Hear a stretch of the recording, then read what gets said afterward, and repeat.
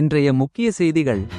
திருச்செந்தூர் சுப்பிரமணிய சுவாமி திருக்கோயில் குடமுழுக்கையொட்டி 400 சிறப்பு பேருந்துகள் இயக்கம். திருச்செந்தூர் சுப்பிரமணிய சுவாமி திருக்கோயில் குடமுழுக்கு திருவிழா ஜூலை 7ஆம் தேதி நடைபெறுவதால் பொதுமக்கள் வசதிக்காக ஜூலை 4 முதல் 8ஆம் தேதி வரை நெல்லை, தூத்துக்குடி, நாகர்கோவில், மதுரை மற்றும் சுற்றுவட்டார பகுதிகளிலிருந்து திருச்செந்தூருக்கு ஒரு சிறப்பு பேருந்துகள் இயக்கப்படும் என அறிவிக்கப்பட்டுள்ளது.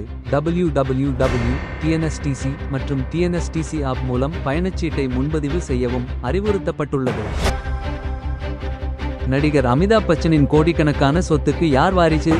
அவரை வெளியிட்ட தகவல். நடிகர் அமிதாப் பச்சன் ஒரு பழைய நேர்காணலில் தனது கோடிக்கணக்கான மதிப்புள்ள சொத்துகளுக்கு யார் வாரிசு என்று கூறியிருந்தார்.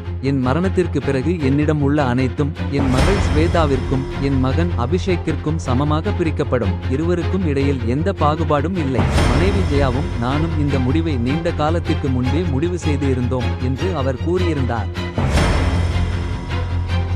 திண்டுக்கல் அருகே கஞ்சா விவசாயம் செய்த 60 வயது முதியவர் கைது. திண்டுக்கல் கொடை ரோடு அருகே தோட்டத்தில் கஞ்சா விவசாயத்தில் ஈடுபட்ட 60 வயது நாகராஜன் என்பவர் கைதானார். தோட்டத்தில் பூக்கள் மற்றும் வாழை மரங்களுக்கு மத்தியில் கஞ்சா செடியை ஊடுபயிராக வளர்த்து வந்துள்ளார். கஞ்சா செடிகள் சுமார் 6 அடி உயரம் வரை வளர்ந்து இருந்ததால் சந்தேகம் அடைந்த சிலர் இதுகுறித்து புகார் அளித்தனர். அவர் அங்கிருந்து கஞ்சா விதைகள் வாங்கினார் என போலீசார் விசாரணை நடத்தி வருகின்றனர்.